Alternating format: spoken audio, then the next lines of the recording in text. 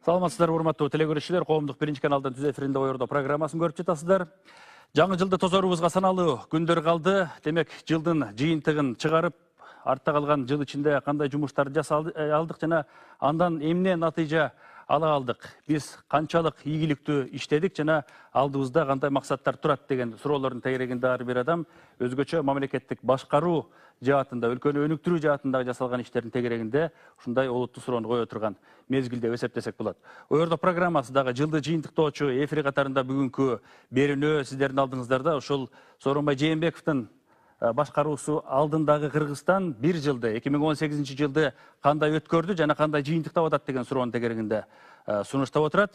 Кутман кечкалаев жалпыңыздарга мына бүгүнкү биздин студиябыздын катышуучулары да ушул жалпы өлкөнү өнүктүрүү жаатындагы маселелерге эксперттик дагы, адистик дагы, анан мамлекеттик органдын өкүлү катарында жооп берүүчү адамдар. Кутман кечиңиздер менен. Биринчи суроону дагы ушундай баштайлы. Мына жакында эле 19 декабрда республикабыздын президенти Сооронбай Жээнбеков пресс-конференциясын берди. Ал жерде дагы өлкө тагдырына байланышкан буга чейинки, мындан кийинки иштерге байланыштуу олуттуу маселелер көтөрүлдү. Ар кандай жагдайдагы суроолор берилди. Негизинен алганда баягы жылды жыйынтыктоочу өңүттөгү пресс-конференция болду деп белгилесек болот. Ошентсе дагы биз сиздердин көз караш, сиздердин талкуунун алкагында жалпы коомчулуктун алдында дагы бир жолу баа берип өтсөк деп отурабыз да. Турат ага, кепти сизден баштайлы. Сиздин баамыңызда 2018 жыл кандай жыл болду Кыргызстан үчүн? Эми биринчиден бизде мамлекет президенти алмашты. Ошонун негизинде көбүн эсе бизде кадровый жана административ реформалар өттү. Экономикалык реформалар же болбосо чоң юридикалык реформалар же бир башка реформалар дагы ишине жакшынакай арта элек да. Анткени саясий кырлардын баары бизде эски президент менен атаандаштыкка да өтүп кетти. Көп жерден эски президент жумушта кылдырганга убакыт да бербей койду. Анткени бу эми мен системада иштебесем дагы мен байкоочу катары айтам да, анткени эми биздин азыркы президент ойлогондо баягы эл аралык тажрыйбаны алганда баягы өзү мураскер катары калат. Путиндей болуп, мисалы, Алмаз Атамбаев Ельциндей болуп пенсияга кетет дагы тынчтык менен ордунда отурат да. Бирок андай болбой калды бизде.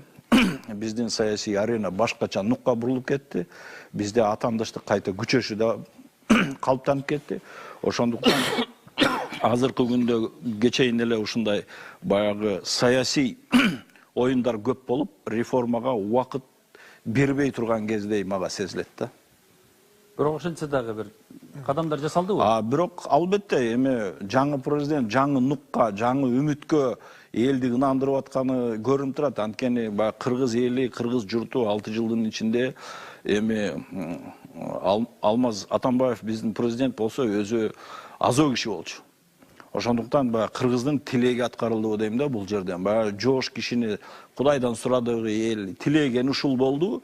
Анан Сооронбай Шарипович болсо баягы кичине оор басырыктуу, шашпаган, мындай албуттанбаган адам болуп, бизде тынчтык орноп, анан үмүт үзүлбөй кайта ушу үмүт коюп азыр күтүп турган кез деп эсептейм. Эми көп нерселер баягы ошол кадровый саясаттын негизинде болуп атат. Кадровый реформалар, силовой блок алмашып атат, өзүнүн тегерегиндеги администрациянын ишкерлери алмашып атат. Анан баягы бизнес, экономика, убакыт президент бөлгөнгө убактысы да болбоду бир жагынан. Бирок эгер конституцияга таянсак, анда мунун баарын Абулгазиев мырза чечиш керек. Экономика президенттин карамагында жок. Бирок президент экономика кунт койбосо, бизде экономический, анан мамлекеттик структуралар коррупцияга кирип кеткен да, кулагына чейин кирип кеткен. Ошондуктан президент кунт койбосо, бизде баягы эле эски адат кала берет, 5 күнгө да таштап койгон болбойт да. Бизде ушундай акыбалда критический масса күчөп калган кез, 27 жылдан бери жыйналып калган. Депутат катары сиз кандай баалап атасыз бул жылды? Мен үчүн бул жыл 2018 жыл бул коррупция менен күрөштүн бир кыйла өйдө деңгээлге көтөрүлүшү болуп атат да. Анткени деген мындай деңгээлдеги мурда министрлерибиз, чоң мындай жетекчилерибиз, чоң деңгээлдеги жетекчилерибиз, премьер министрлерибиздин камалган убактысы жок болчу да. Анан элдин да үмүтү жанып, кадимкидей эле коррупция менен күрөш болуп жатат деп ишенип жатышат деп мен ойлойм да. Бул эми жаңы эле башталып атат. Көп нерседен анан эми билесиздер да, эмки жылы 2019 жылдан баштап декларация боюнча ар бир жаран, Кыргызстандагы 6 миллион жараныбыз баардыгы декларациябыздын ачыгына чыгабыз да. Ошондо бир топ мен ойлойм коррупциялык мындай нерселер ачыкка чыгат да. Анткени деген биздин атка минерлерибиздин көпчүлүгү деген мындай бизнестерин, анан оокат соокаттарын жакын туугандарына мындай регистрация кылып алышып, көп нерсе ачыкка чыкпай жатпайбы? Мен ойлойм, эмки жылдан баштап бул дагы бир деңгээлге көтөрүлөт и акырындык менен биздин мамлекеттик системабыз жок дегенде бир 30%-тей анча-мынча таза эмес адамдарыбыздан биз мындай айрылып, жаңы башка деңгээлге чыгабыз деп ойлойм да. Быйылкы жылда жасалган иштер ошого бир негиз салуучу, Чоң тепкич болду да, көрүнүп турат да, кадимкидей. Парламентте деле көрүнүп турат. Анан элдин кайрылуусунан, мисалы мен депутат катары сезип турамын да, кадимкидей эл мындай бул органда мындай коррупция болуп атат. Анан ошол эле тиги саламаттык сактоо деңгээлинде, билим берүү деңгээлинде, билим берүү сферасында болобу, кат жазышып, мисалы деген кечээ эле бир айым кайрылып, КГУста университетинде деген неме болуптур да, корпоративке деген акча чогултатыштыр дейт. Болгону алган акым 7 миң, эмнеге 1,5 акчаны чогултатышат деп мындай нааразычылыгын айтып, ошол жактан ошол органдардын жетекчилерине чалсам, алар деген айтып калышты. Всё, биз буну токтоттук, ага уруксат берилген эмес. Майда чоңуна карабай ачыктай баштаган. Уже коркпой эл кадимкидей жазып, эл кадимкидей айтып, анан бул жерден чоң мындай жетишкендик бул интернеттин ачыктыгы, ютубка чыгып атат, анан соц тармактарда кадимкидей талкуулар жүрүп жатат да. То есть эл түшүнүп атат, анан бир чоң үмүт жаралып жатат деп ишенем да. Сиздин пикирде? Мен айтып коеюн. Урматтуу көрөрмандар, жаңы жылыңыздар менен, башталып келаткан 19-жылыңыздар менен. Анан биздин Кыргыз Республикасы ушу Борбордук Азиядагы мамлекеттердин ичинен эң демократияга биринчи баш урган эң көрүнүктүү мамлекеттердин бири. Биз мына мени кубандырганы, биз ушул темптен жазган жокпуз. Мына биз тынчтык жолу менен 6 жылдан кийин 6 жыл турду мурунку президент, тынчтык жолу менен татынакай жаңы президент шайлап алдык. Бул биздин эң чоң жетишкендигибиз. Муну биз дүйнө бизди карап турат. Бул эң башкы басым жасашыбыз керек, биринчи. Андан кийин экинчи маселе. Экинчи маселебиз мына кийинки убактарда ачык айтып коюш керек. Мурунку президент деле күрөшкөн коррупция менен, бирок элдин ишеними анчалык терең деңгээлге жеткен эмес. Мына азыркы учурда, мына азыркы Сооронбай Шарипович Жээнбековдун эң негизгиси бул президент деген бул арбитр. Мына аткаруу бийлиги, сот бийлиги, анан парламенттик бийлик, закон чыгаруучу бийлик. Мына ушунун ортосунда бул арбитр бул киши. Бул киши именно эле ошол бир жака эле ого эле ошол менен занимать этип кетпейт. Бул киши бардыгын карап кескеп туруш керек. Бул кишинин вазифасы ошондо. Андан кийин мына бул киши ошол элдин ишенимин толук түрдө кайтарыш үчүн, элдин ишенимин толук түрдө кайтарыш үчүн абдан чоң нерсеге барды. Мына коррупциянын ошол жанагы мурунку премьер-министрлерби, же мурунку чоң жанагы чиновниктерби, же баарын карабай мына катуу чабуулду баштады да. Муну көрүп атабыз. Мына канчасы жатат азыр, канчасы чыгып атат улам. Ай сайын чыгып атат. Мына мындай бурун болгон эмес да. Мына жалпы журт карап турат. Болгон эмес муну. Эгерде мына ушундай темп менен биз кетсек, анан экинчи маселе. Мына бардык чиновниктер декларациясын тапшырышты. Мына 800дөн ашык жанагы налоговый занимать этип атат.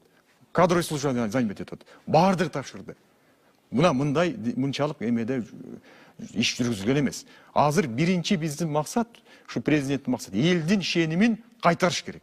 Элдин ишеними, бийликке болгон ишеними кайтарылса, анан жанагы инвесторлор да келет. Ошол жерде бардыгына бирдей шарт түзүлсө, коррупция эң төмөнкү деңгээлге түшсө, инвесторлор чооп келет. Ошо биздин ички инвесторлор да чооп келет.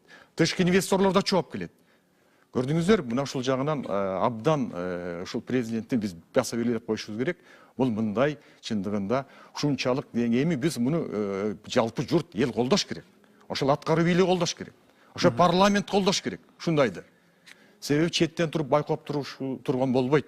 Биз ошон үчүн мындан ары карай да тереңдете турушубуз керек. Мен дагы айтам, анан сөз келгенде тышкы байланыштар боюнча да айтайын. Мен азыр ошого сөз берейин деп атам да, себеби жыл жыйынтыгы иретиндеги программаларды уюштурганда же болбосо эксперттик баягы көз караштардын басымдуу бөлүгүндө биринчиден ушул коррупциялык маселеге, анан экинчиси эле ушул тышкы саясаттагы кадамдарга көңүл бурулуп атат да, олуттуу иштердин жасалгандыгына. Негизгилерин эмне деп эсептесек болот, эмне үчүн мындай көңүл бурулду деп? Мен мындай, эми ачыгын айтыш керек. Мына мурунку президенттин учурунда акыркы 2 жылда биз ушул Борбордук Азия чөлкөмүндөгү өлкөлөр менен мамилени бир аз бузуп алдык. Туура мына Казакстан менен, ошондой эле биздин бир боордош, бир тилдүү түрк мамлекетибиз Турция менен дагы кийинки учурда натянутый отношениябыз болуп кеткен. Мына өзүңүздөр билесиздер, мына сентябрь айында бүткүл дүйнөлүк көчмөндөр оюнунун алдында ушул деги түрк тилдүү мамлекеттер саммити болуп өттү.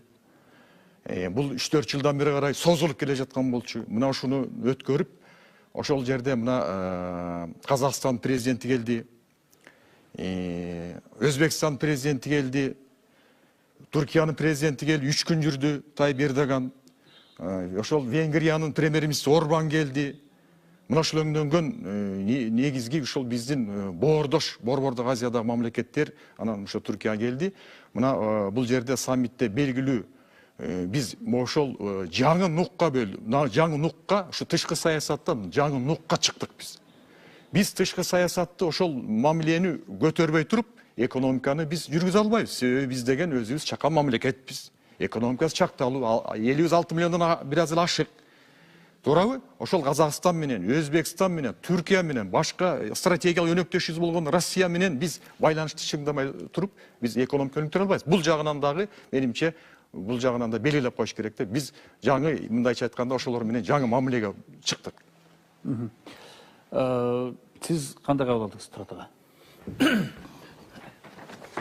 Эми негизи президент баягы өзүнүн мыйзам чегин караса, президент негизи тышкы иштер боюнча, коопсуздук боюнча, анан дипломатия жагына көбүрөөк көңүл буруш керек.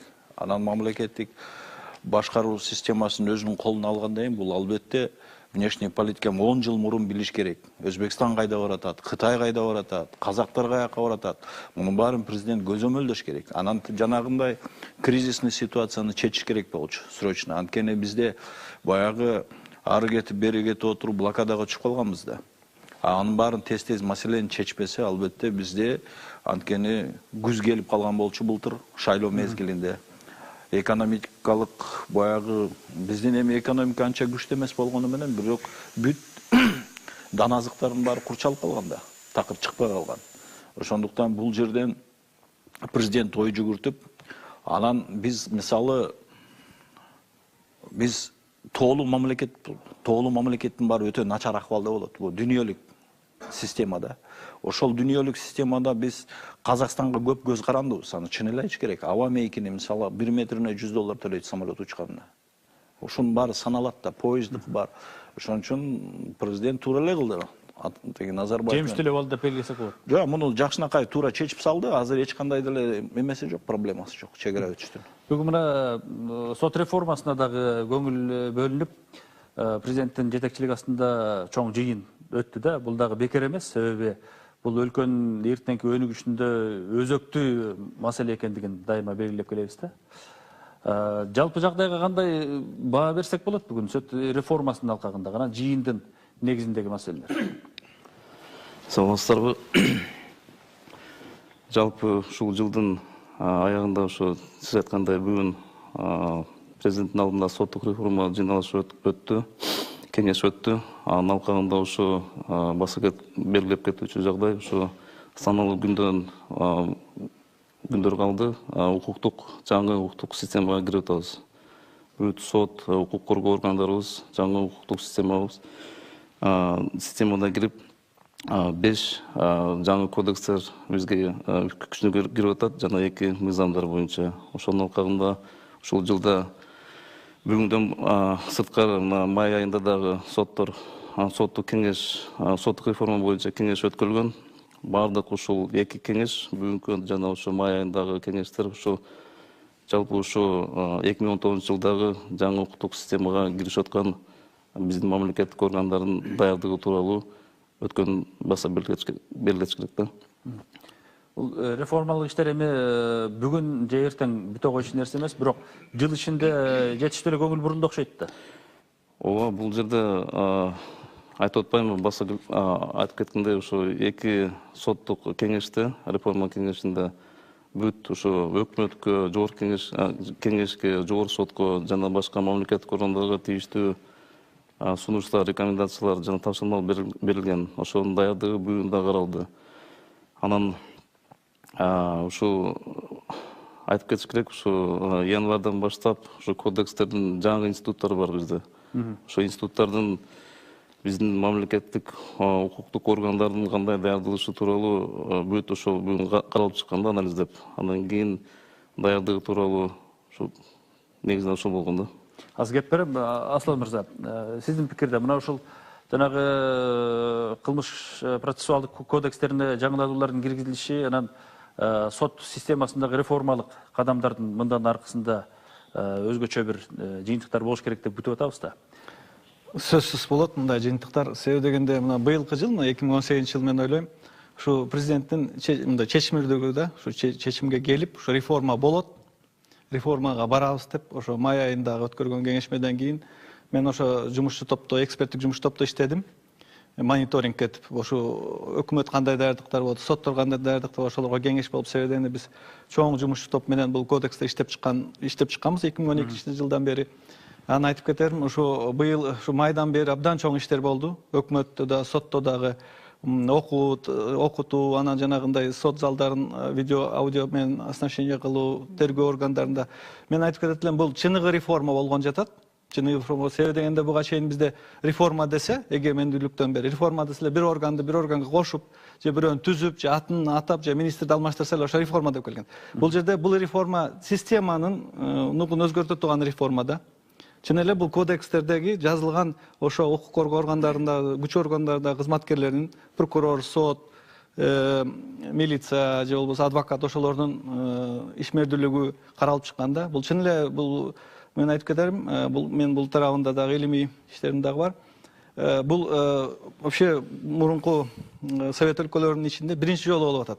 Ушундай чоң кодекстерди бир күндө, мына 1 январдан баштап киргизүү, бул чоң биз Кыргызстанда бир айтып кетет турган, мына россиялык деле биздин коллегалар айтып атат, чын эле прогрессивдүү кодекстер. Чечкиндүү кадам катары. Чечкиндүү кадам катары. Ошого барган, ошо сот реформасына барган, ошо мен 2018 жылы май айынан бери чоң иштер өткөрүлдү абдан. Бул баягы бул кодекс жөнүндө жалпылап айтып келе атпайбызбы?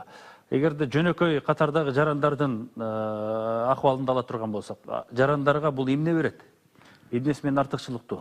Бул абдан чоң нерселерди берет. Биринчиден айтып кетейин, мына омбудсменге, акыйкатчыга кайрылган элдердин арыздары 70% ушу сот, анан укук коргоо органдарына да. Эл ошого нааразы болуп атат. Сот чечимдерине, милицияга барганда, арыздары менен келгенде алардын кабыл алып, кандай аларга жардам көрсөтүлүп атат. Мунун баары баягы бир судья же бир кызматкер эмес. Бул жерде система түзүлүп калган да, ушу 27 жылдан бери советтик система. Андан кийинки биздин могу экономика жана башка өзүбүздүн дагы улуттук эмелерибиз баары кошулуп бир система болуп калганда, биз айтабыз го, эмне күнөөлүү, система күнөөлүү дейбиз.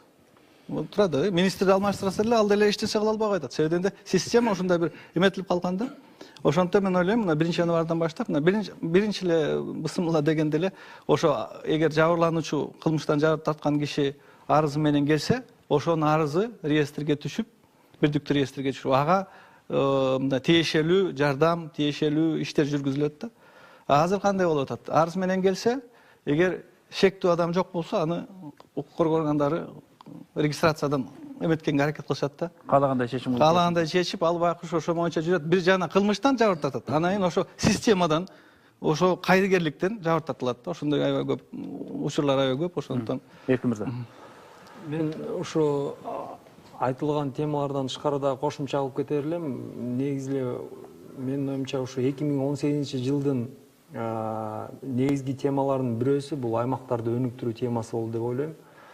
Башынан эле ошо жылдын башынан президенттин указы менен, жарлыгы менен 2018 жыл аймактар жылы деп жарыяланган болчу. Анан баягы менин оюмча ушу көп иш аракеттер жаңы старт мамлекеттик органдардын финанстык мекемелердин бизнестин ошо көңүлү ушу аймактарга ушул жылы көңүлү бурулуп эми албетте биз аймактардын баягы өнүгүү деңгээлин бир жылдын ичинде эле оңоп кетпейбиз баягы кыйла көтөрүпчү бирок менин оюмча ошо 2018 жылы мына жакшы чоң астыга кадам болду и буюрса мына эндиги жылы биринчи баягы натыйжаларын көрүп баштайбыз анан бул ушул немени ушул багытты биз мындан ары да кармап кетишибиз керек да баягы аймактардын өнүгүү экономиканын өнүгүү мындай деңгээлин өйдө көтөрө турган болсок бир 3-4 жылдын ичинде мындай ар дайым ушу аракеттерди жасапчы менин оюмча бул дагы сөзсүз ушул жөнүндө дагы мындай айтып кетчү нерсе да ушу аймактарды өнүктүрүү темасы. Бул темага дагы кайрылабыз. Санжар мырза, дагы бир тактай кетүүчү жагдай болуп атат да, мына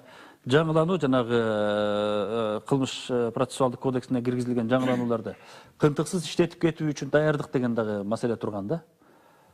Эртеңден баштап ишке киргенден кийин биздин система ошону канчалык көтөрүп кете алат? Азыркы абалда чын айтып коюш керек, баардыгы 100% болбойт.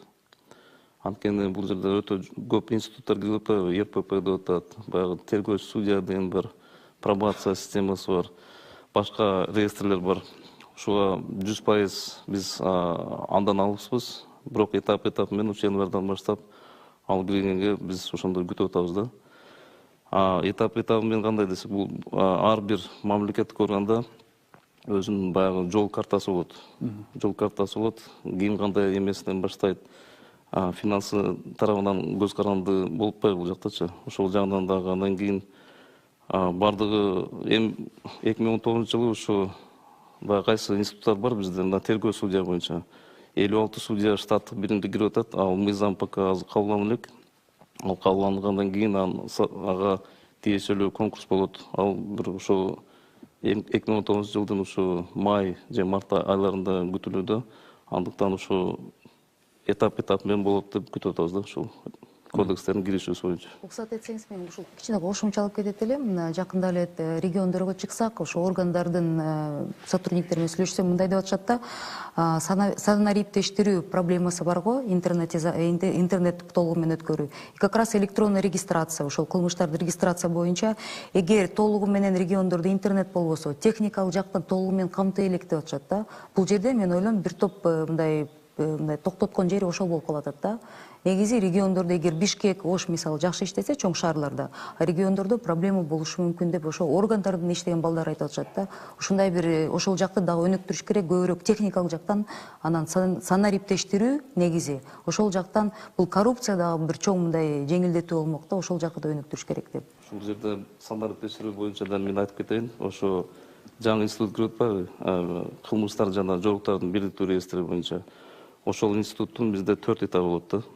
Кылмыштын каттоосу, андан кийин сотко чейинки өндүрүш, каттоо, андан кийин соттун өндүрүш, андан кийин жаза аткаруу өндүрүшүн каттоосу. 4 этабы ушул реестрге кириш керек. Азыркы мезгилде бизде кылмыштын каттоо жагы эле этабы бар.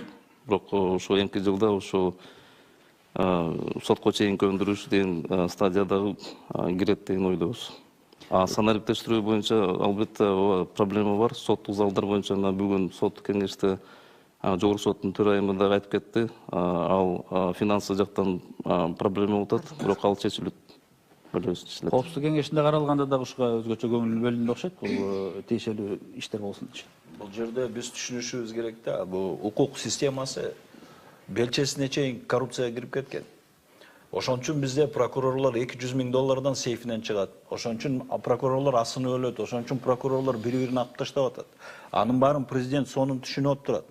Кандай механизмдерди запускать этиш керек. Ошон үчүн мына сот реформасын киргизем, жанагы укук системаны өзгөртүш керек деген ошодон. Мисалы прокурорлор бүгүн өлө басым кылат, сотторго дагы. Соттун актоо системасында, күнөөлөккөн системасында прокурорлор көзөмөлдөп турат. Ошон үчүн жана прокурорлордун системасы бүт кризиске малым калган. Соттор болсо жаргылчакка салып коюп 6 жыл, 10 жыл соттогон процесстер бар. Мен процесстерге көп кошулам. Көп катышам, коргойм, жүрөм, байкап эле турабыз да. Анан бул жерде жана санариптик системаны киргизгенде, мисалы судебный процессти кадимки бүт келген өкүлдөрдүн сторонасына таратып бериш керек. Анткени кээде биз билебиз, сот процесс болот, секретарь судебного процесса ошону жазбай калат кээ бир жерлерде, а сот маалында толтура факттар чыгылып калат. Өгүнү мен ош сотко бардым. 6 жылдан бери эзилген сот. Мына азыр экинчи кругтан чыгып 3-чү кругка өтүп атат. Ошондо кадимкидей милиционердин өкүлү келип айтып атат, мындай адрес жок экен ал айылда, таптакыр. То есть в природе не существует, ошондой үй жок дейт, андай көчө да жок дейт. Бирок ошол жерде понятой свидетельдин пропискасы менен 6 жылдан бери каралган иш. А тиги ким прокуратура менен эме болсо, АКС жалган ишти козгоп туруп, анан тиги Россияда жүрөт деп туруп, сотто 6 жылдан бери чоюп атат. А негизи кийин болсо квартальный комитеттин анан берки милиция келип көрсөтөт. Мында үй эч качан болгон эмес дейт, ал жерде эч качан. Анан бирок ошол жерге үйдү каттап, ошол жерге прописканы кылып туруп, свидетельди ошол жерге каттап койгон. Мына ушундай процессуальный нарушение толтура. Ошону президент концептуально түшүнүп, мен ойлоп атам, эмне үчүн укук системасын. А мына санариптик бул жөн эле механизмдери. Но на самом деле бул системаны өзгөртпөсө, президенттин өзүнө да ишеним кетет, эл да ишенбей калат. Анткени бизде бул укук система эмне үчүн кризисте? Өзүңөр ойлоп көрсөңөр, мына целый депутатский корпус жыл сайын 30-50 комиссия түзөт. Сот органдары толтура иштеп атышат. Менттер, ГКНБ, прокуратура, правозащитник, институт омбудсмена, а кылмыш көбөйгөн. Эч бир азайган эмес. Ошону президент белгилеп азыр бул системага өтө катуу басым жасабаса, кайта эле баягы эле эме болуп калабыз да, ботко. Койчок мырза, сиздин бабыңыз азыр мына азыркы жааттагы иштер канчалык ушул проблемаларды чечет? мен баягы мына өзүм коллегаларым айткан нерсеге дагы кошулуп кетет элем да. Биринчиден дагы бир эң жакшы бир реформалардын бир жери, ар бир реформаны бир жылда кетип атат да. Мына 18 жылы президенттин атынан айтылып атат, көпчүлүк реформалар комплекстүү жүрүш керек деп. Мына мисалы мына Эрик мырза айтып калды, региондорду өнүктүрүү боюнча. Ошол эле региондорду өнүктүрүү реформасы менен кошо дагы бир 2-3 нерсе бар да. Бул деген өз алдынча башкаруу реформасын, өз алдынча башкарууну күчөтүү. Бул бир жагы. Экинчи жагы аймактык реформа боюнча, мына өзүңүздөр жакшы билесиздер, мына президенттин жарлыгы чыкты, аймактык реформаны даярдоо боюнча. Себеп дегенде бардык маселени биз комплекстүү чечишибиз керек да. Анан дагы бир айта турган нерсе, мына байкап турсак,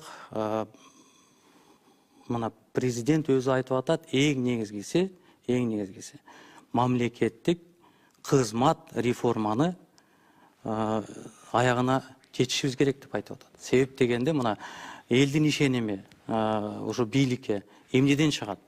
Мамлекет кандай сапаттуу кызмат берип жатабы же жокпу? Себеп дегенде мамлекеттен алган кызматтын негизинен анан кийин ошол ишеним жогорулайт да. Ошон үчүн ушул мына 4 нерсеге мен токтолуп кетет элем, ушул коллегаларга кошулуп. Биз жанагы белгилеп аткан Турат мырза белгилеп кетпеди, кайсы өңүттөгү маселелер көңүлгө алыныш керек экендигин. Мына жыл ичинде соттук реформанын алкагындагы белгиленген маселелер бар, жасала баштаган кадамдар бар. Эми жанагы жаңы кодекстин иштеп башташын биз күтүп аткан маалда бири-бирине шайкештиги, байланышы жана ушул акыбалдан чыгып кетүү мүмкүнчүлүгүн канчалык деп баалоого болот бүгүн? Эми кодекстер тууралуу сурап атасыз. Соттук реформаларга канчалык байланыштыгы бар деп атабыз да, жанагы айтып атпайбы, жарандардын укуктары жанагынтип 3-4 айлампага чейин кетип, ал тагдырына балта чабылып атабы, эмне болуп атат, каралбай атат дегендечи. Бул жерде эми бая айтып аткандай, бул жыл даярдык жыл болду. Кодекстердин кириши боюнча даярдык жыл болду. Чоң мероприятиялар өткөн. Ошол эле учурда бизде буну менен чектелбестен бизде кадр маселесине дагы көңүл буруп атат. Туура кээ соттор бар, баягындай өзүнүн кыянаттык менен иштер менен негизсиз созулуп турат, негизсиз мыйзамсыз чечимдерди чыгарат. Ал боюнча биз тарабынан ушул жылда көп эле мындай ага каршы иш чаралар жүргөн. Өзүңүздөр билесиздер. Ушул жылда эле ушу мен адашпасам 5 судья ушу иштен кеткен. бир топ судьянын үстүнөн дагы кылмыш иштер козголгон. Андан сырткары башка дисциплинардык комиссияда бизде орган бар да, ошол тарабынан дагы башка чаралар көрүлүүдө. Ал жагынан да кадр маселесине биз өтө кылдат карап атабыз. Ошо менен да ал эми ушу дагы кайталап кетейин, ушу кодекстерде ушу системалуу көп эмелер каралган да, ыкмалар. Ошонун баардык алуу иш алып барса, мен ойлойм, бул баардык жаман көрүнүштөр жок болот деп ойлойм да. Бул жерде анан дагы айтып коеюн, кодекстер ушул менен эле январда өзүнөн өзү менен эле кетпейт. Президенттин алдында эксперттик жумуш топ түзүлгөн. Ал эксперттик жумуш топ мониторинг жүргүзөт. Январдан баштап ар бир жаңы институтту милицияда, финполицияда, прокуратура же сот тарабынан кандай аткарылып атканы боюнча мониторинг жумуш топ аны баардыгын изилдейт, карайт. Аны тийиштүү анализ берип, андан кийин аларга туура жол жобосун беришет да.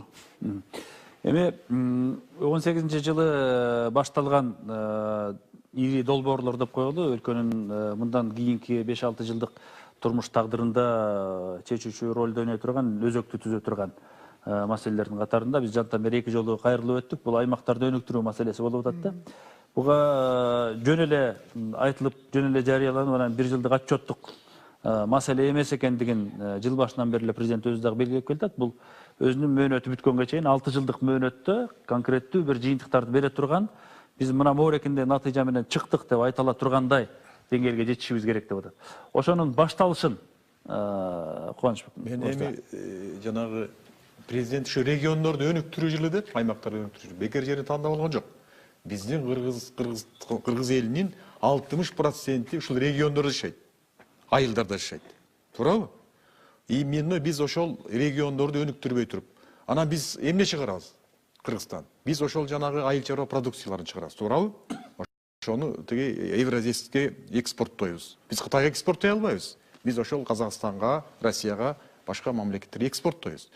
Биз ошол ал жерде эмне? Мисалы үчүн картошка, төө бурчак таласта, жанагы жашылча жемиштер өңдүү, ушундай да, туурабы? Мал чарбачылыгынын адистери, сүт дегендей мындай. Ошон үчүн президент муну абдан туура ушу 60% айыл жеринде жашагандыктан муну абдан туура тандап алган.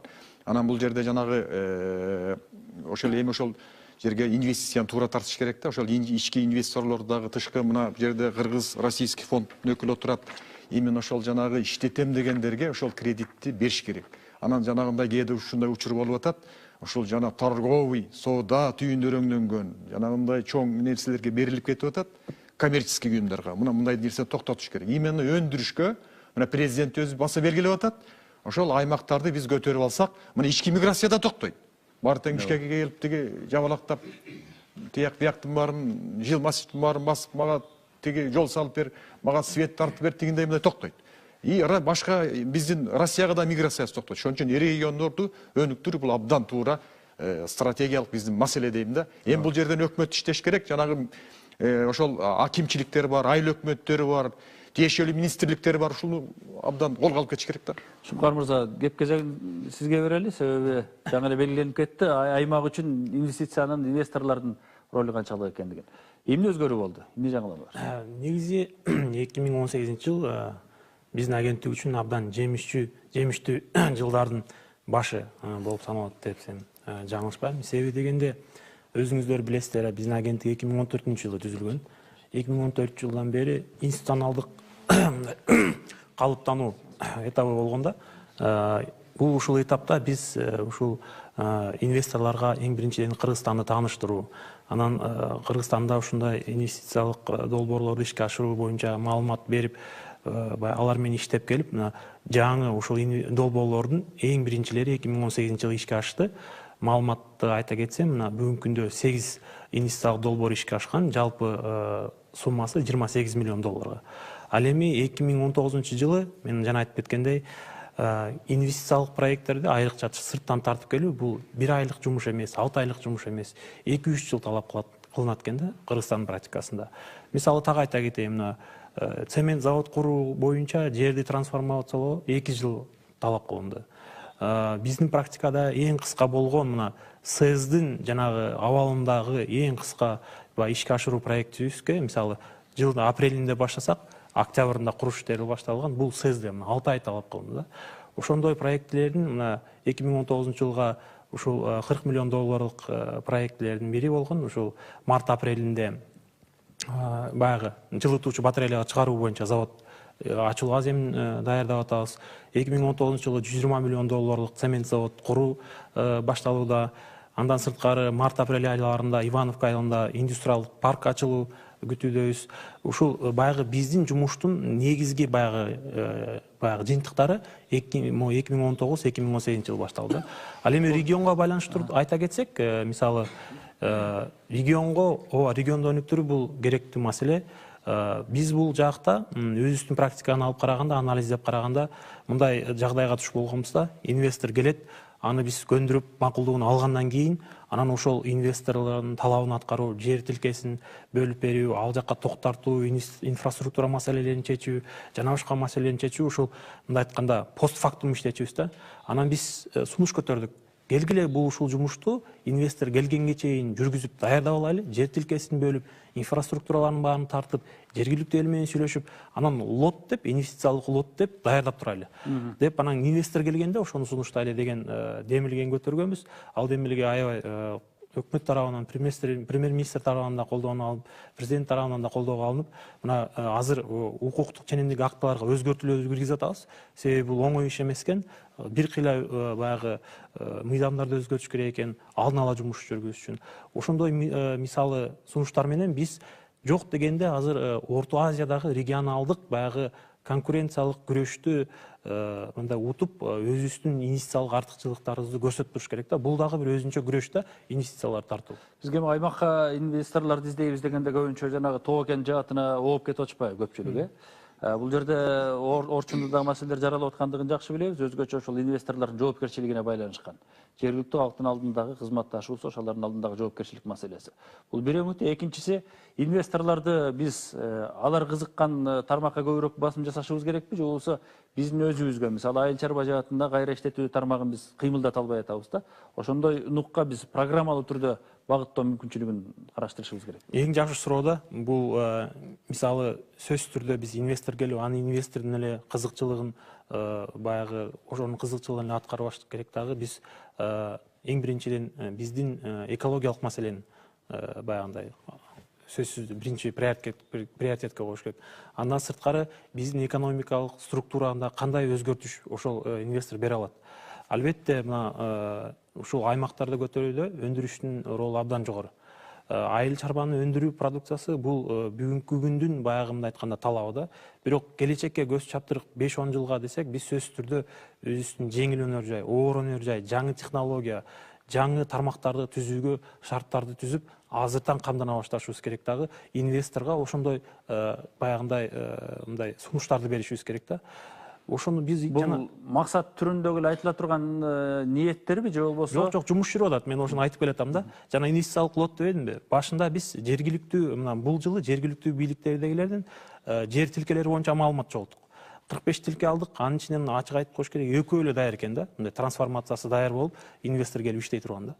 Анда биз дагы бир жыйынтыкка келип, анда инвесторго тематикалык лотторду сунушташыбыз керек. Экономиканы өзгөртүү боюнча биздин сунушубуздарды. Бүгүнкү күндө мына 9 жергиликтүү бийликтер, жергиликтүү ушул жанагы жерлерге байланыштуу инвестициялык лот бар. Анан бир 10го жакын тематикалык биздин экономикасынын структурасын өзгөртө ала турган сунуштарыбыз бар да. Себеби дегенде инвестордун кызыкчылыгынан сырткары дагы биз дагы өлкөнүн кызыкчылыгын баягындай биринчи приоритет жылдырышыбыз керек. Элдура Жыргалбековна. Улантып кетсем, бирок бул жерде да бир топ мындай ызы чуу чыгып атпайбы? Мисалы Букадагы ызы чуулар эмнеден болуп атат деп мындай биз парламентте талкуулабадык. Эмнеге инвесторлор келгенден кийин, бир топ каражаттарды ошол жака өндүрүп баштагандан кийин эмнеге ызы чуу эл менен чыгып атат десек, анткени госоргандар деген жумушту баштап коюшат. Именно ошол жактан жаңы эле айтылып кетпедиби? Айыл башчылары, акимдерибиз, губернаторлорубуз, ошол тармактагы мындай ошого жоопкерчиликтүү адамдарыбыз эл менен иштешпейт да. Ошо башынан инвестор келгенге чейин элди чогултуп туруп, түшүндүрүп туруп, экология жактан кандай урон болобу, мунун деген договор кандай түзүлүп атат, келишим деп акысынан бери санап туруп канча адам, сырттан келген адамдар келеби? Кээ бирөөлөр мисалы Кытай фирмасын ачып алып, анан 80% Кытайда алып келсе, сөзсүз ошол жакта жашаган жергиликтүү эл мындай абдан ачуусу келет да. Ошондуктан бул жерде точно мындай аябай жакшы мындай конкретно текшерилип туруп, элдин астына чыгып туруп айтылыш керек да. Көп проблемалар инвесторлар кийин анан деген мамлекеттик мындай жетекчилерге таарынышат да. Эмнеге биз келдик, акчабызды алып келдик, эмнеге мындай ызы чыгып атат. Бул жерден мамлекеттик органдардын чоң кемчилиги буга чейинки, эми азыр мындай жакшы мындай инициатива болуп атыптыр, бирок буга чейинки жылдары деген эл менен сүйлөшпөй туруп эле гос органдар менен эле ошо инвестор талкуулап туруп алып келип коюшат. Эл билбей де калат экен да. Кайсы лицензия менен келди? Ким ал лицензиянын аркасында турат? Бул кандай мындай плюс минустары кандай болуп атат эл үчүн? Ошо жергиликтүү ошол жакта жашаган элдин кызыкчылыгы эң ылдыйкы деңгээлге коюлган үчүн бүт ызы чуулар эми чыгып атат да. Бул дагы бир жакшы жери, мурда ачык-ачыкчы эмес. Азыр эл мындай ушунчалык коомдун ачыктыгынан эл ачык талкуулап, талаптарын ачык коюп атышат да. Бул прогресстин быйыл ушинтип чыгып атканын дагы бир жери децентрализация маселеси орчундуу турат да. Бизде бүт мына каржы маселесинин баары Кыргызстан боюнча чогулган, сиз жакшы билесиз, чогулган салыктардын баары бүт республиканский бюджетке кетет да. Региондордо мурда налог с продаж деген эми айыл өкмөттөр бүт түшүнүшөт да. Ошол салыгы түшсө, кичине мындай неме акча каражат калып калчу да. Азыр болсо бүт эле акчанын баары ал безналичный болгондо 0% менен кетип, немеге кетип атат да, шаарга кетип атат да. Ошол жактан да бир чоң нерсе бар да. Менимче кийинки жылы бул принцип өзгөрөт, Кошумчалап койсом, мына жакшы баягы ой айтылды да депутат айымдын тарабынан. Бул оюнун максаты биз дагы анализдеп карап көрсөк, жанагы биз азыр дагы башка сунушубуз акимдерге же губернаторлорго мындай KPI же болбосо бир мындай бир аткаруунун бир сөзсүз түрү дегендей бир жыйынтык катары мындай сунуш киргизип атабыз да. Аким бизди эле агенттикти карап отурбай же Бишкекти карап отурбай, бул жыл ичинде өзүнүн регионунун инвестициялык мүмкүнчүлүгүн изилдеп, талдап даярдаш керек да. Мына мен бул районда мындай токен бар экен, мындай бар экен, буяка өндүрүш койсо болот экен деп, анан эли менен сүйлөп, бизге кандай инвестор керек, кайсы өлкөдөн, эмне курулат деп, баягы элди да даярдаш керек, өзү да даяр болуш керек да. Анан даяр болгондон кийин бизге маалымат берсе, биз анан ал маалыматка таянып инвестор издөө бизге жеңилирээк болот эле да. Туп-туура инициатива келиш керек да. Элвира айымга мен бир тилек айтат элем да. Элвира айым, силер депутат болгондон кийин финразведка менен контрразведканын начальниктерин чакырып туруп сурагыла. Аны сурабасаңар ошондой инвесторлор келет, анын акчаны алып келип деле сүйүнүп отура бербей. Мына өзүңүз билесиз. Лиглас компаниясы келди, Верхний Нарындык курабыз деди. Аягында Байсалов текшерип чыкты, ким экен? Жөн эле өлгөндүн табытына айнек салган фирма экен да. Ошон үчүн муну финразведка менен контрразведка сизге депутаттарга заранее келип тапшырма сиз сурагандан кийин алар далаж этиш керек. Кандай инвестор келет атат? Анан инвесторду аны чакырып алып анан эртең өзүңүз айткандай Кытай каптап кетип калса, мисалы Кытайга принести инвестиции в Кыргызстан 5 секунд. Алар үчүн триллионы долларов эч кандай салмагы жок. Мына азыр Кытай көбөйүп атат деп кыйкырып атабыз. Алардын жумушчулары кирип атат. Биздин мыйзамга таянып келсек, 10% биздин калкыбызга жеткенде аларга телевидение бериш керек, пресса бериш керек, мектеп ачыш керек болуп калабыз. Ошентип анан биз жалаң жээнге тоебуз. Абдан туура маселени көтөрүп атасыз. Мына кечээ эле жаңылыктардан окуп калдым. Кайында заводу карызга Кытайларга берилип жүрүптүр. Мен абдан мындай шок болуп калдым да. Ошо окуп алып, бул кандайча болуп кетти? Бул кайсы жактан көзөмөл болду эле? Анан органдар боюнча айтып кетсек, азыркы бул жылы дагы бул мен ойлойм бул Сооронбай Шариповичтин жетекчилигинде астында болгон дагы бир плюс бар. Эми ТЭЦтен кийин баардыгы эле угуп атпайбызбы? ТЭЦтен кийин деген азыр ратификация менен келген бүт мыйзамдар эми мурдакы коллегаларымды мен сындагым келбейт, бирок азыр аябай тыкандык менен депутаттар коллегаларым аябай карап атышат да.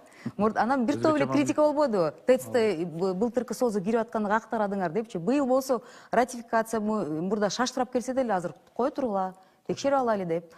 Тим эле ар бир собуна чейин бүт текшерип карап атабыз да. То есть бул дагы бир чоң плюс. Эркин мырза, азыркы кырдаал боюнча түштүк. Мен тиги Элвира Жыргалбекованын сөзүнө эле неме тактоо иретинде кайынды кант заводу жөнүндө кеп болуп атат. Жок, кабелдик. Кайсы тактоо кайында кабел боюнча. Мындай туура эмес түшүнүп кетип атат да бизде ошо интернетте жаңылык. Мен айтып коеюн, мынакей себеби мен аралашкам да. Мен алып келип ошол кытайлар менен келип бул Кыргызстанга киргизип баягы бул проект биздин колдоо менен ишке ашты да. Мунун таржымалы мындай, өзүңүз билесиздер, Кайынды кабель мурда орус компаниясына тийиштүү болчу. Орус компаниясы Канадага аны карыз алып койгон. Канадага карыз болчу. Анан кийин Кытайлар келип, бизде ушул инвестор бизге ушундай токтоп калган завод керек эле, биз ушундай темир буюмдарын чыгарат элек, Кыргызстанда жок бул дегенден биз аябай кызыктар болуп издеп келип, анан Кайынды кабелди тандаганбыз да. Териштирип киргенде орустар Канадага карыз экен да. А сатып алуунун жолу эң оңой жолу мындай уступка прав деген түшүнүк бар да. Булар Кытайлар орустун эле карызын Канадага жаап, тиги Кайынды кабелдин пакетине ээ болуп калышты. Мындай карыз үчүн берип койдук деген бул туура эмес түшүнүк. Соода саттыктын эле маселеси. Соода саттыктын бул граждандык, баягында соода саттыкта мындай. Бирок эл арасында бир топ Туура эмес дүрбөлөң болуп, түшүнүк да, ошондой туура эмес информация түшүнүк. кетти. Ошону көзөмөлгө алып.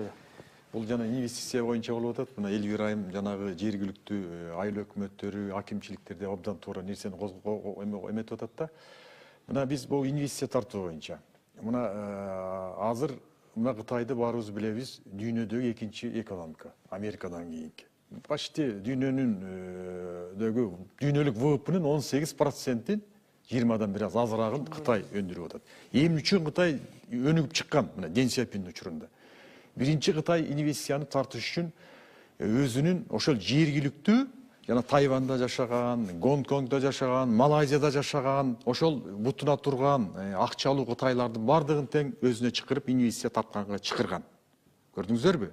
Башка Европадан же башка Америкадан келген эмес. Именно өзүнүн ошол Кытай улутундагылар инвестиция алып келген да 80, 85, 90 жылдарга чейин. Андан кийин анан жанагы имидж жакшыргандан кийин анан башка жактан инвестиция күркүрөп кире баштаган. Анан бизде дагы мына азыр Элвира айым туура айтып атат. Жанагы райондордо, областтарда инвестициялык биз момундай бир комитет дейбизби, же болбосо борбор дейбиз, ошолорду түзүш керек дагы. Жана акимдер, айыл өкмөттөрү, губернаторлор ошонун башында туруш керек. Мына Кудайга шүгүр биздин ар бир райондон, даже айылдан, ошо Россияда, Казакстанда, ошол Европада, башка жерлерде бутуна турган биздин кыргыз балдар көп.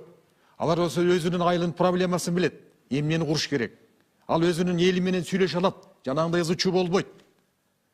Мына ошолор келип, ошолор менен жана акимчилик иштеш керек, аким. Айыл өкмөт иштеш керек. Тиешелүү министрликтер иштеш керек. Губернатор иштеш керек. Биз айтып атпайбызбы? 60% эл айыл жарында жанагы биз айыл чарбасын чыгарабыз деп. Мына ошолор жана перерабатывающий промышленность ошолор колго алат. Анан ошолор өзүнүн жанагы алар мисалы үчүн Красноярскидеби же Новосибирскидеби ал жерде өзүнүн алардын фирмалары бар.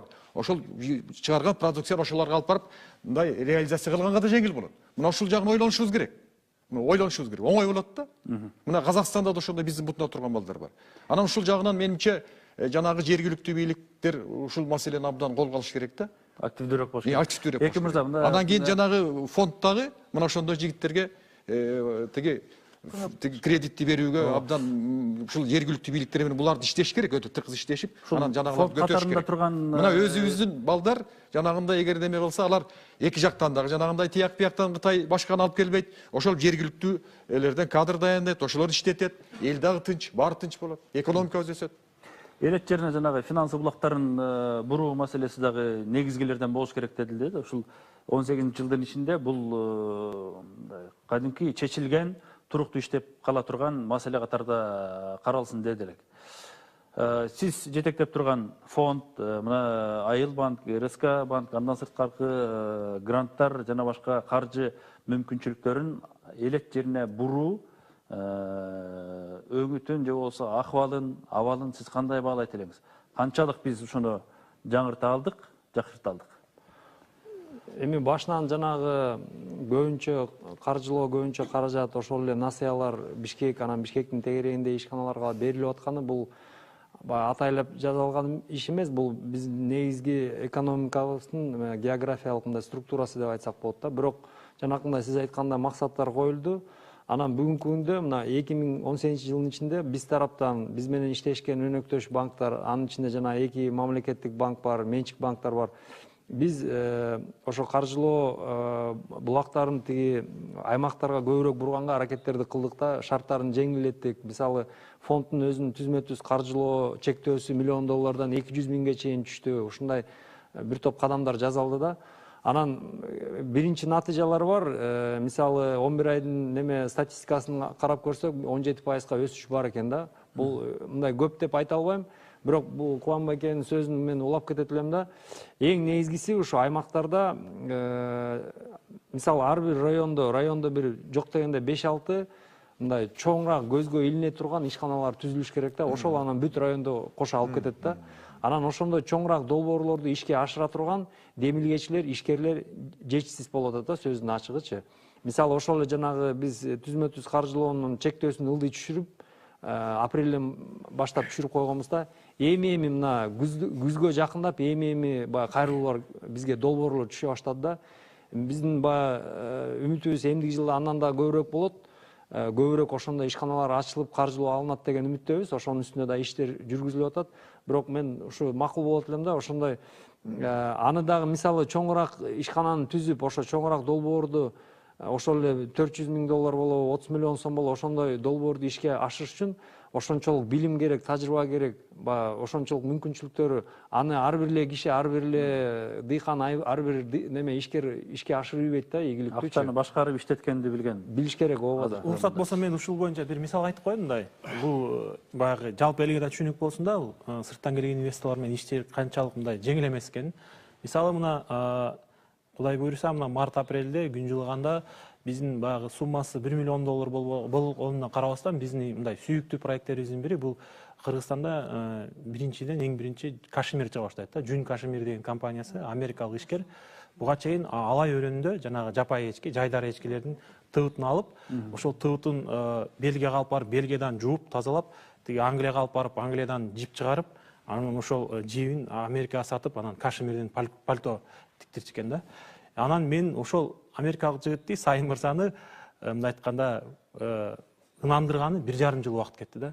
Сен ушул баарын Кыргызстандан эле кылсаң болбойбу? Биз шарт түзүп берели, жер тилкесин таап берели деп атып 1,5 жыл убакыт кетти. 1,5 жыл ичинде ал өзүнүн күчүнө ишенбей, финансылык булагына ишенбей, Британиядан инвестор таап келди, жанагы волокно жасаган, жипти жасаган.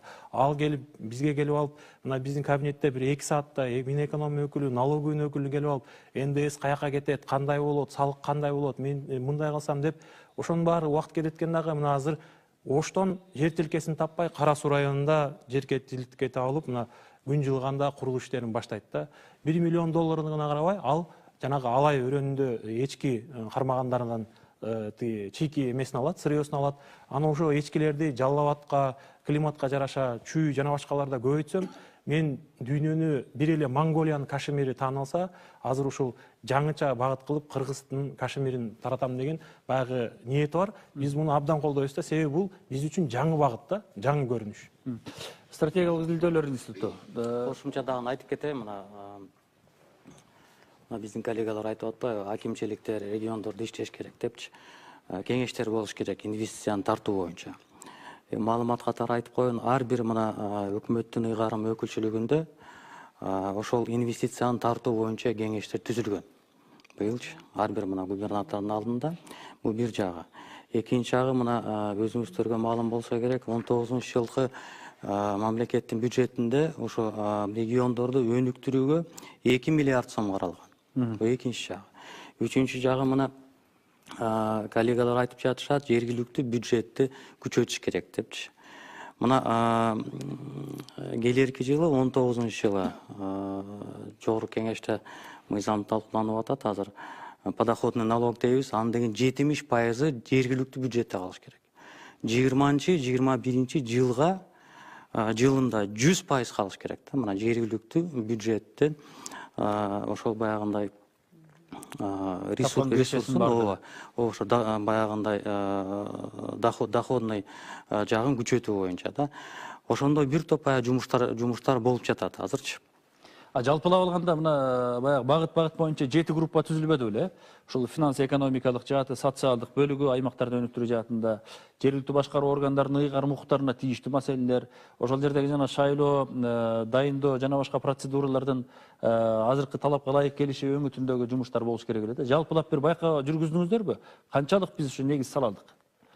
Мына мен башында айтпадымбы, эң ушу 18-жылы дагы бир жакшы жерлердин бири ар бир реформага комплекстүү карап атабыз да.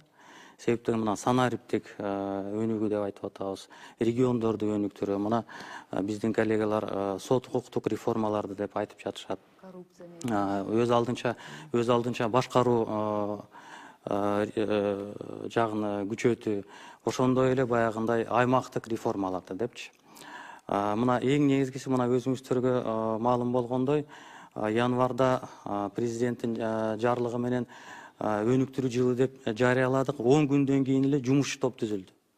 Эң негизги мына бир проблемалардын бири бул жергиликтүү бийликтин мына өз алдынча башкаруу органдары менен, анан кийин ошол жергиликтүү мамлекеттик бийликтин ортосундагы карым-катташ кандай болуш керек, функциялар кандай бөлүнүш керек.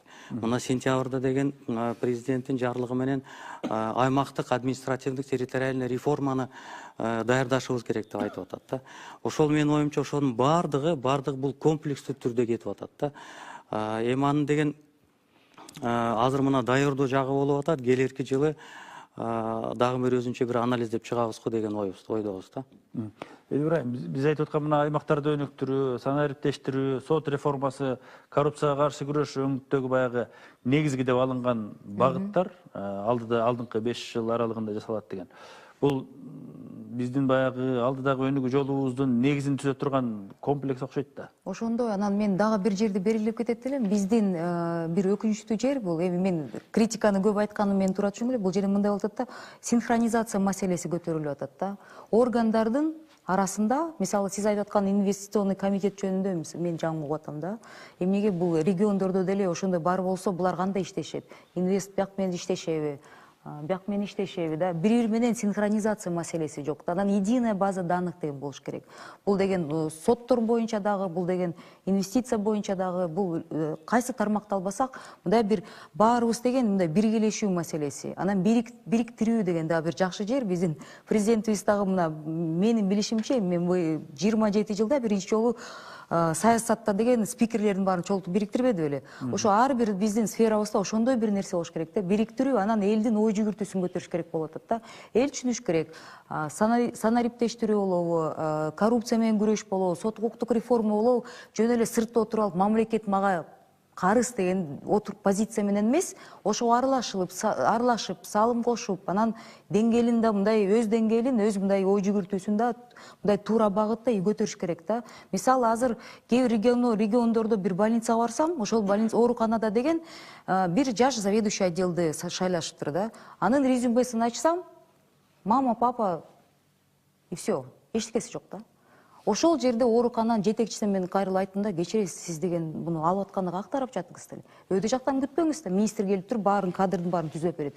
Ар бир жергиликтүү ошол акимдер болобу, айыл өкмөттөр баардыгы салым кошуш керек да. Мен бул жерден эмнени айтып атам? Бизде деген мындай бир жакшы биригүү деген бир мындай немебиз баштала элек да, элде ой жүгүртүү көтөрүлүш керек. Анан коррупцияны айтып кетип атабыз. Коррупцияда болсо деле саясий коррупция менен, саясаттагы коррупция менен чоң деңгээлде күрөш башталса, бытовой коррупцияга баарыбыз аралашып алып туруп, анан бирок деген мындай сыртка тургусу келип атат да. Ошол жерден да элге кайрылат элем да.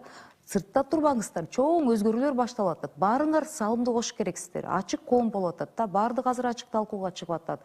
Анан коркпоңуздар, ачык кыла. Бунун баарын эл аралашып тазалатпасак, бизде мындай бюрократияга жалоба көп болот. Анан деген госслужба 30% болуп атпайбы? Калган баары карапайым эл. Бунун баарын аралашыш керек. Биз көп нерселер ошол да. Анан президентти жалгыз карап алып туруп, жакта күрөш башталды, эми деген менин айылыма чейин жетет деп карабаш керек да. Бул деген мына жаш мына канча кадрлар келип атат, мында кайсы органды албасак мындай синхронизация маселеси мындай эми өрчүндөп эми келатат да. Бунун баарын деген батыраак жылдырыш үчүн коомдо эл аралашыш керек да. То есть баардык органдар биригип, парламент, өкмөт, да, и туура түшүш керек. Бул биздин мамлекет, туура түшүнүш керек да. Тиякта отурган 700 000 мигрантыбыз карап отурушат. Алар да бир топ критиканы сындашат да. Бирок деген алар түшүнүп атышат. Биз жакта деген өмүрү калбайбыз, биз кайрылып келебиз. Ошо кандай алар билими да чоң, алар бизнеске да аралашып, өзүнүн бизнесменге да мындай өрчүндөшүп алып келебиз деп атышат. Ошонун баарын мен ойлойм, биригүү бир маселе, бир жакшы концептуалдуу, ошондой дагы идеология келиш керек болуп атат да. Бул региондорду өнүктүрүү деген жердечи өтө кооптуу маселелер бар. Мына мен өзүм тажрыйбаман өткөн, мен билем да муну. Азыр президент главный стратег биздечи. Сооронбай Жээнбеков главный стратег государства деп коет. Мына Жунда деген завод курулду, Бул деген мурдагы Досафтын аэропортуна курулду. Кытайдын стратегиясы боюнча бизде военный объекттин баарын алып атат. Мен өзүм Чолпон Атанын аэродромун алам дегенде биз записканы служебныйды ОДКБга чейин жиберип туруп токтотконбуз муну. Эмне үчүн айтып атам? Булардын баары бизде аэродромы подскока для истребительной авиации деп курулган илгери. Тамга аэропорту, Каракол аэропорту олардын баары. А бизде инвестиция алабыз деп туруп Жунданы курду дагы аэропорту өлтүрдү. Жок. Эми ушундай эле проект менен ПМКны Чолпон Атанын аэропортуна курган аткан. Биз ошону токтоттук. Газета катары ОДКБга чейин жаздым. Ошону. Анан Орустун посольствосу вмешаться эткенден кийин биз ОДКБнын мүчөсүбүз да. Анан регионду деген өнүктүрөбүз деп стратегический объекттерди сак болуш керек. Анткени бул Кытай жөн эле акчаны берип аткан жок. Ал деген бир жактан биздин оборонительный структуранын баарын талкалап атат. Ал Кытай Жунданы курду деп бензинин эч ким билбейт кайда кетип атат. Жалал-Абадка кетеби же Red Petroleumга кетеби? Жооп бересизби? Албетте. Биз деген сөзсүз түрдө мамлекеттик агенттик болгондо мамлекеттин кызыкчылыгын биринчи деңгээлге коебуз. Турат мырза айткандай, биз бир кандайдыр бир чоң инвестор келип же бир эме болгондо сөзсүз түрдө мамлекеттик органдар менен, анын ичинде күч органдары менен да дайыма мындай талкуулайбыз да. Талкуулап, эгерде алар терс баягы эмесин корутундусун берсе, анда токтотобуз. Андан сырткары мен дагы кошо айта кетейин, мына биздин агенттик менен иштеген инвесторлор дайыма биздин биринчи принцибибиз бул таза жана ачык айкын иштеш керек да. Мыйзамдыктардын талаптарынын баарын аткаруу. Биз дайыма айтабыз, ооба, биз менен иштесеңер убакыт көп талап кылышы мүмкүн, биз мыйзамдык бүт кагаздарды чогултабыз, бирок жыйынтыгы жакшы болот. Эл келип, же болбосо жанагы жергиликтүү бийлик келип түшүнүксүз бир кандайлар жок болот. Себеби дегенде биз баарын контролдойбуз, биз силерге жардам берип, мындай айтканда коштоп турабыз. Эми убакыттан пайдаланып мен Кара Көл шаарынын тургундары, жаз кечүү айылынын тургундарына мына ыраазычылыгымды билдирип кетет элем. Себеби 2017-жылы февралда, мартта эки жолу коомдук угууларды өткөрүп, ошол цемент завод куруу боюнча ошонун жыйынтыгы ишке ашып, ана жаз айларында курулуш иштери жүрүп баштайт да. Шумкар мырза, мындай дагы маселе турат да азыр. Мисалы, кандай инвестор болбосун, мисалы Кыргыз-Орус фондунан акча бөлүнсө деле кайсы бир аймакка биринчи кезекте эмне продукция өндүрөбүз, аны канчалык деңгээлде туруктуу өндүрө алабыз, канчалык көлөмдө өндүрө алабыз, жана каяка сатабыз дегенге чейин барып атат да. Бизде ошол инвесторлорду чакырып келип атканда бир кызыктыра турган фактор ушул көлөмгө басым жасалып атат деп атпайбы? Бизде бүгүн аймактарда жашап аткан калк ошого даярбы? Мисалы, мал чарбасы жаатына өтүп кеткенге, жүн өндүрүүгө өтүп кеткенге, же болбосо кайнаалыга өтүп кеткенге белгилүү бир регион, же ушундай жаатка канчалык бул базалык түзүм? Негизинен мисалы структуралык жагынан алып караганда андай проблема бар. Ооба. Себеби дегенде бүгүнкү күндө бир дагы бир мындай хоз субъект мен мынча тонна же бир аябай чоң көлөмдө өндүрө алам деп андай кепилдик бере албайт. Ошондуктан биз мындай маселени кандай чечебиз? Мисалы инвесторлор менен сүйлөшүү жүрүп атабында биз айтабыз. Кыргызстан бул мындай айтканда плацдарм же мындай площадка для экспорта кабыл алгыла депчи. Мисалы Кыргызстанга өндүрүш ачсаңар, бул жагы кеминде СНГ, Евразиялык экономикалык бирлигине чыгарсаңар болот. Кеминде биягы Өзбекстан, Тажикстан, Европага чейин сатсаңыздар болот. Жанагы бизде GSP+ бар, Америкага чейин сатсаңыздар болот деп айта алабыз да. Анан аларды жанагы майда чүйдөлөр, ишканалар менен же айыл чарба өндүрүүчүлөр менен бириктирүү, бул биз мындай учурда ассоциациялар менен тыгыз иштегенге аракет кылабыз. Себеби ассоциациялар алардын башын бириктирип турат.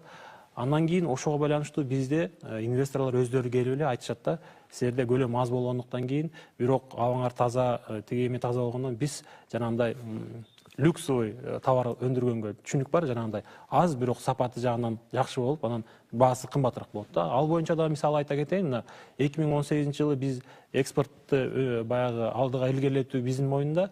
Россия Федерациясы менен дайыма эле умтулуп келебиз да, ушул лента, жанагы башка бир мындай тармактык магазиндерге чыкса экен депчи биздин өндүрүүчүлөр. Бирок тилекке каршы бүгүнкү күндө өндүрүүчүлөр өздөрү чыкканга мүмкүнчүлүгү жок да. Анан биз чечим катары жанагы дистрибьютор компаниялар тапканбыз да Россиядан. Алар келет, магазиндер менен, тармактык магазиндер менен сүйлөшөт Россиядан. Бул жака келип, биздин баягы ишкерлер менен, айыл чарба өндүрүүчүлөр менен даярдап, ошолорду организациялык моменттерди өзүнө алып, экспорт ишке ашырат да. Мына биринчи контрактыбыз, быйылкы контрактыбыз ийгиликтүү аяктады да, 60 миллион рублга балык продукциясын саттык да. Эмки жылы ошону 2 эсе көбөйтөлү деп атабыз. Эркин мырза, ушул сыяктуу долбоорлор менен фонд болобу, банк болобу, башка каржы институттар болобу биргелешип мындай кайчы иштеши мүмкүнчүлүгү канчалык бизде? Маалымат базасын түзүп алып. Керек, ал керектүү нерсе, бирок ачыгын айтыш керек, ал азыр мындай кичине керектүү мындай жакшы деңгээлге чыга элек да. Азыр мына аймактарды айтсак, эми мындай ушул бул багытта эми биринчи кадамдар жасалып атат да, ушинтип айтсак болот. Мисалы, башка жана синхронизация деп да бул жерде неме Элвира Жыргалбектин айтып атпайбы? Башка финансылык уюмдар менен, ошол эле донорлор менен биргелешип ишти баштаганбыз. Мисалы, могу жылы эми орус-кыргыз өнүктүрүү фонду жөнүндө айтсак, эми башталып атат да. Мисалы, быйыл бизде чоң өзүбүз түз каржылаган 7 долбоор ачылышы болду. Ошонун экөөсү башка сырттан алып келген инвесторлор да кошо аралашты да, биз каржылап аткан долбоорлоргочу. Андан тышкары дагы мына ушул жылдын аягында биз 2 багытта багбанчылык жана уяң жуңдуу койлордун асыл тукум санын көбөйтүү максатында долбоорлорду ишке киргизип атат. Аяка дагы донорлор кошо аралашып катышабыз деп атат да. Эми башталып атат да ушундай. Ибраим, сиз белгилеген маселе дагы олуттуу болуп турат да. Мисалы, санариптештирүү, коррупция дейбизби, башка реформалар дейбизби, мына ушул аймактарды өнүктүрүү жаатындагы финансылык каржы булактарын натыйжалуу пайдалануу жаатында деле жалпы калктын бир кандайдыр бир даярдыгы өңүтүндө бир маселелер туруп атат да. Биз баягы ушуну жасайбыз же жасагыла же болбосо талап кылуу ниетинде кадамга бара албайбызбы? Эмне бир мындай жаңылануу иретинде жалпы коомдук жылышты баштоого? Мен госструктураларды, госслужбаны алсак, госслужба жактан деген эмнегедир мурда деген билесиңер, пландаштыруу деген бар болчу да, бул совет убагында деген. 5-10 жыл келечек ойлонуп, бир стратегиялык мындай ой жүгүртүү аз болуп атат да. Эми келатабыз да. Келечек кандай болот? Анан бул бир жагы госслужбаны алсак, элди алып калсак, мына региондордо эл деген кээ бир мектептерде орус тилин алып келгиле дейт. Эптөө эле тиги Россияга кетмей болуп калышты да. Мисалы, Баткенде 30% Баткендин жашоочулары Россиянын мигранттары экен. Мен ойлойм, биздин эми жоопкерчиликтүү биздин өкмөтүбүзгө деген ошо предложениеде берейин деп атам. Административ территориалдык реформа кылганда экономика жагын караш керек да. А то Баткенди бөлүп салып, ал жакта деген мисалы градообразующий бир да чоң мындай производство жок. Ошо инвест мына силер жетекчи болсоңор, ошол органдарда силерге да кайрылат элем. Караңыздар да, кээ бир областтарда деген жумушу да жок, аргасыздан деген сыртка чыгып кете атышпайбы? Анан элдин да мындай ишеними болот эле да, ошакта бир чоң өндүрүштөр ачылып атат. Анан элибиздин эмнеси даяр эмес дагы бир маселесин көтөрүп кетет элем. Бүгүнкү күнүмдүк жашоо менен жашап калдык да. Эртең кандай болот, биздин балдарыбыздын келечеги кандай болот, коррупция менен кантип күрөшөбүз, кандай салым кошобуз деп эле телевизордо отуруп эле, интернетте лайк басып коелу, биз ошондой жашап калдык да. Бунун баарын алдын ала биз да ойлонуш керекпиз. Мамлекеттик госоргандар, парламент сөзсүз жоопкерчиликти алабыз. Мен да мында бийликтин бир бутагы катары мен да жоопкерчиликти көтөрөм деп айтып атам да. Бирок эл тарабынан да мындай демилгелер көтөрүлүп, коррупция менен күрөшүүгө салымын кошуш керек, унчукпай. Анткени деген эми элестетсеңиздер, бир кичинекей должностьта иштеген бир кошунаң бар болсо, акысы 20 миң алып аткан билсе дагы 5 этаж там салып атса унчукпайбыз да. Бирок аны конокко чакырып сыйлайбыз да. Ошол жактан өзгөрүүлөр да. Сыйын көргөндө жакшы. Анан куда болгондо жакшы, өкүл ата алып коебуз. Анын баарын токтотуш керек. Бул эл тараптан келе турган нерсе да. Мен ушул жерден жанагы аймактарды өнүктүрүү деп атпайбызбы? Кыскараак эле. Кыскараак да. Эми элди биз эми жалпы дүйнөлүк сиемеден өнүгүүдөн бөлүп карай албашыбыз керек да. Глобализация жүрүп атат да. Эл дагы ошого жараша өзгөрөт. Анан элди мына эл өзү абдан даяр, ал көп нерсеге даяр да. Мен ушул жерде айтып коюшум керек, эл даяр. Биз ошону туура багытка буруп кетиш керек. Анан жанагы коррупцияны жоюу боюнча эң биринчи жанагы санарипти бүт киргизиш керек. Жанагы сот тармагынан баштап, жана азыр договорлор түзүп атышат, тендер жарыялап атат, башканын бар, мына ушун бүт ошо жанагы электрондук санарипти киргизиш керек. Бул коррупцияны эң төмөндөтүүнүн бирден бир жолу да, эң төмөн бирден бир жолу. Анан дагы бир нерсе айтып кетиш керек. Жанагы мына Элвирайым дагы бир мындай ой толгоолорду айтып атат. Анан жанагы коррупциялы жоюу боюнча райондо, айыл өкмөтүндө мына ошол жерде атайын активдер бар. Активдүү атайын мурун ошол аткаруу кызматты иштеген, абдан мындай ошол элге эмгеги сиңген аксакалдар, мына ошолордун коррупциялык комитеттер түзүш керек. Райондо болуп, айылда болуп, ана ошолор занимать этиш Рахмат керек. ага, убактыбыз калбай калды, урматтуу телекөрүүчүлөр. Бүгүнкү программабызды дагы бир жолу белгилеп кетели. 2018 жылдын эсебинен акыркы көрсөтүүбүз болду. 19 жылы жолуга турган болуп атабыз. Андыктан ушул жыл ичиндеги негизги олуттуу маселелер кайсылар болду жана президент Сооронбай Жээнбековдун башкаруусундагы башталган долбоорлордун өңүтү каяка баратат, анын мааниси эмне, эртеңкиси кандай болушу керек деген өңүттөгү маселелерге азын кайрылдык жана эксперттердин, биздин адистердин пикирин уктуңуздар. Албетте биз кийинки кадамдардын дагы эл күткөндөй, жалпы биз күткөндөй ийгиликтүү болушун каалайт элек. Жаңы жыл жакшылыктарды алып келсин. Сүйүнчтүү, жагымдуу кабарлар менен жолугалы. Саламат туруңуздар.